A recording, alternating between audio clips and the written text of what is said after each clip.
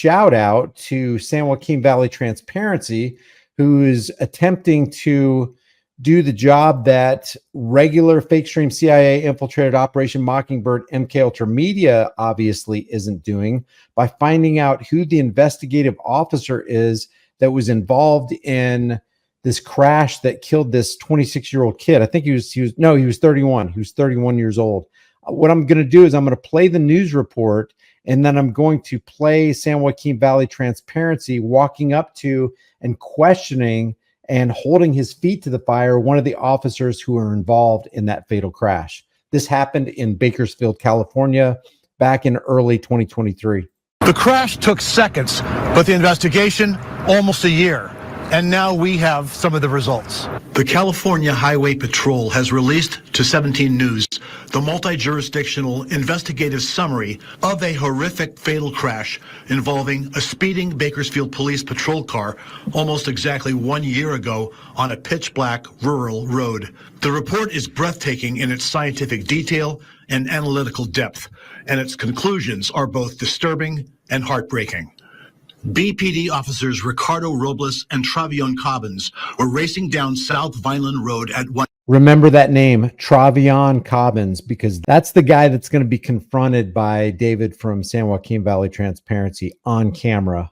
103 miles per hour at about 2:20 a.m. on January 19, 2023, when, according to the CHP report, they ran the stop sign at Muller Road and slammed into the side of the Honda Accord of 31-year-old Mario Laris of Bakersfield.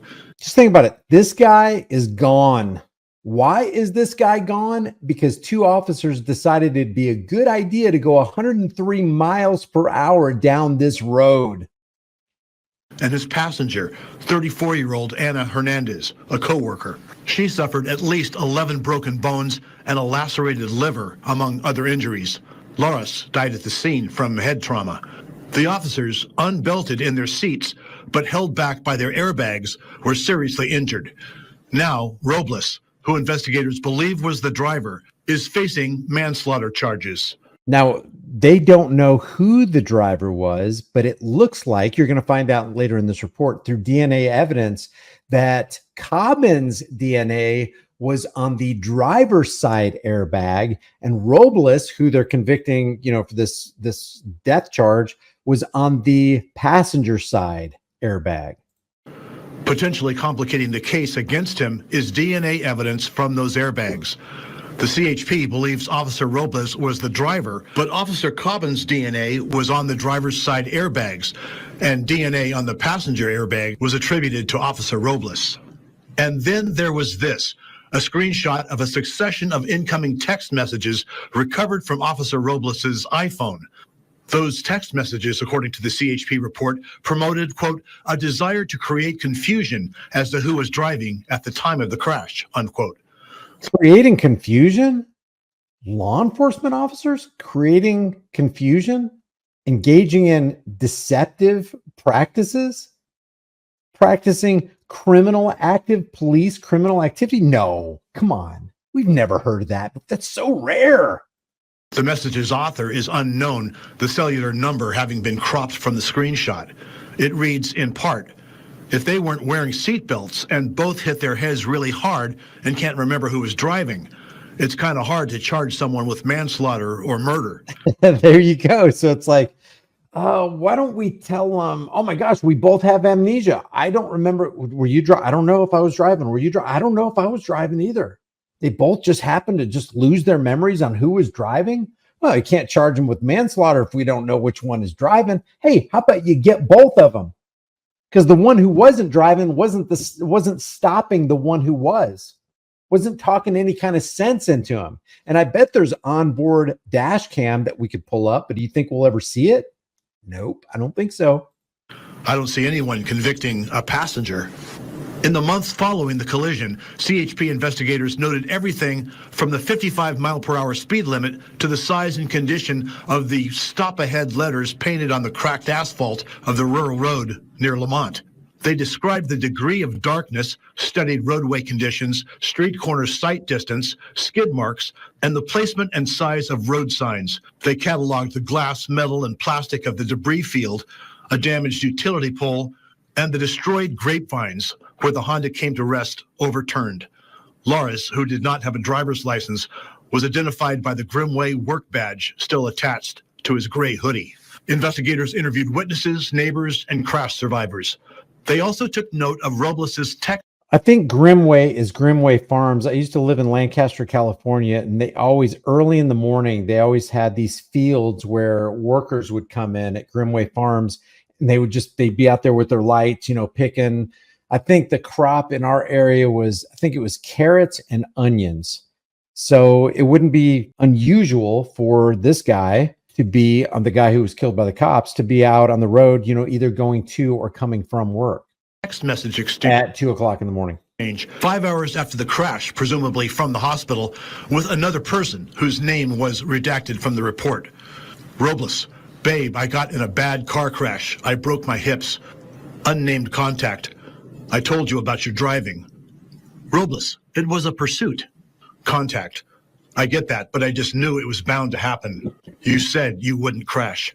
Officer Robles, a 23-year-old, 2-year BPD officer, had been in a previous crash just 4 months earlier. 23-year-old. I mean, this kid is fresh out of high school from 4 or 5 years previously. They gave him a badge, a gun, unlimited power, a qualified immunity. So he's got all this authority. It looks like from the person that he was texting, he was in the habit of driving fast and maybe even recklessly. Right in front of BPD headquarters on Truxton Avenue at I Street. Investigators learned that Officer Cobbins had signed out the patrol car the night. Yeah, he already had a prior crash a couple months prior, 4 months prior. Of the wreck and was driving at one point in the officer's overtime shift. They stopped at BPD's East White Lane substation so Officer Cobbins could use the restroom. But when the call came in, a stolen car pursuit. Remember, David from San Joaquin Valley Transparency is about to confront Officer Cobbins. Wait till you see the look on his face. Officer Robles went inside the building to notify his partner. Cobbins hustled out, but according to Cobbins' statement, he had trouble securing his duty belt. Robles said he would drive while Cobbins worked on fixing his belt. Oh. The whole thing started when another BPD unit began pursuing a stolen silver GMC pickup from the Cracker Barrel parking lot eastbound down California Avenue and onto Edison Highway. The pursuit was canceled at Sterling Road due to high speeds. Another patrol unit spotted the suspect vehicle on Weed Patch Highway and resumed the pursuit. The suspect crashed at Weed Patch and Mountain View Road at 2:21 a.m. At about the same time, Robles and Cobbins were paralleling the pursuit down South Vineland Road, thinking they might get ahead of the pursuit and deploy spike strips. Tests would later determine that the patrol car's roof-mounted emergency lights were turned off, as was its siren. 5 seconds before impact. No lights, no sirens, and supposedly in pursuit during a high-speed chase of a car that supposedly was stolen. The Ford Taurus at 103 miles per hour. Police interceptor was traveling at 103 miles per hour. A half second later, it decelerated from 100 to 74 miles per hour, braked hard, and at the last second, attempted an evasive maneuver. It was too late.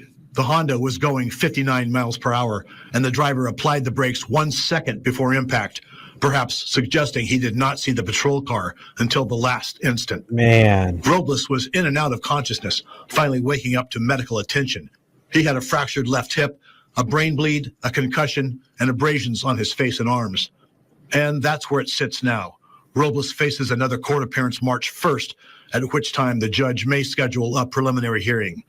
In Bakersfield, Robert. Man, so let me show you David from San Joaquin Valley Transparency putting on blast and confronting Officer Cobbins, one of the 2 officers that was in that patrol vehicle that ended that man's life. I think I watched your the video before. Yeah.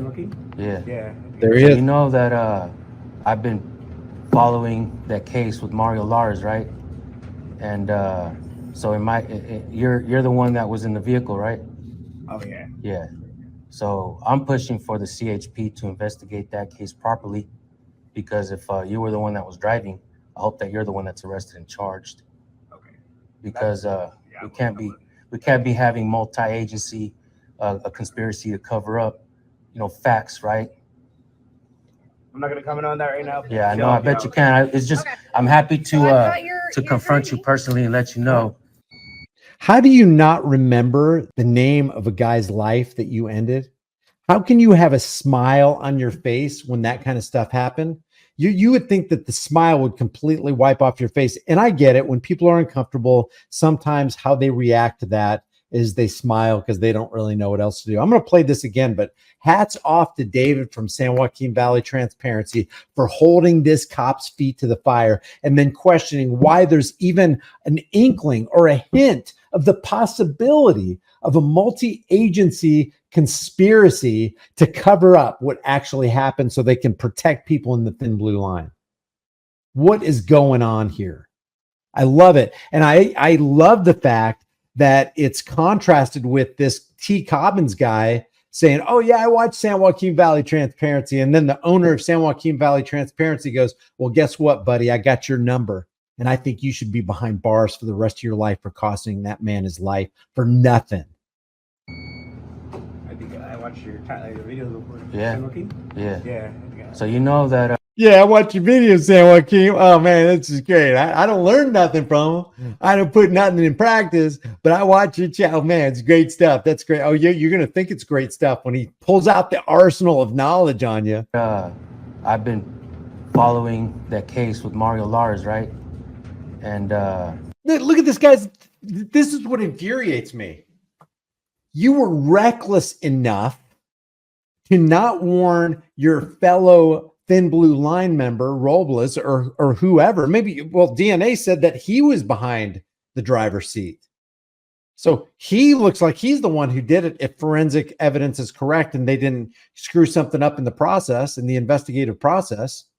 It looks like he could have been the one that ended his life, and he's gonna cloud search for Mario Lares. Oh, that name doesn't sound familiar. If you were responsible for ending anybody's life, whether it was an accident or not, wouldn't you remember the guy's name? How many times do you think you would have already talked to Mario Lara's family in, absolute humility and sorrow? How many times do you think you would have visited Mario Lara's gravesite? You would not forget the name of the man you killed, man. You would not forget that. This is just crazy to me. so you're the one that was in the vehicle, right? Oh yeah. Yeah. So I'm pushing for the CHP to investigate that case properly, because if you were the one that was driving, I hope that you're the one that's arrested and charged. Amen. Okay. Because we can't be having multi-agency a conspiracy to cover up, facts, right? I'm not gonna comment on that right now. Yeah, I know. I bet you can. It's just I'm happy to confront you personally and let you know. The bottom line is Mario Lara dies at the hands of one of these two officers, and this guy gets to keep his job. He gets to stay on with the same department who issued the same vehicle that was used in the vehicular homicide of Mario Lara. He gets to keep his job. He gets to keep his pension. He gets to keep his benefits. He doesn't have to sit in a cell for 1 second. That's the injustice system. So hats off to you, David, from San Joaquin Valley Transparency. If you are not subscribed to him, by the way, let me give you the link to this short right here. And through the link to this short, you can look at a lot of David's videos, go binge watch, subscribe to him. Good stuff.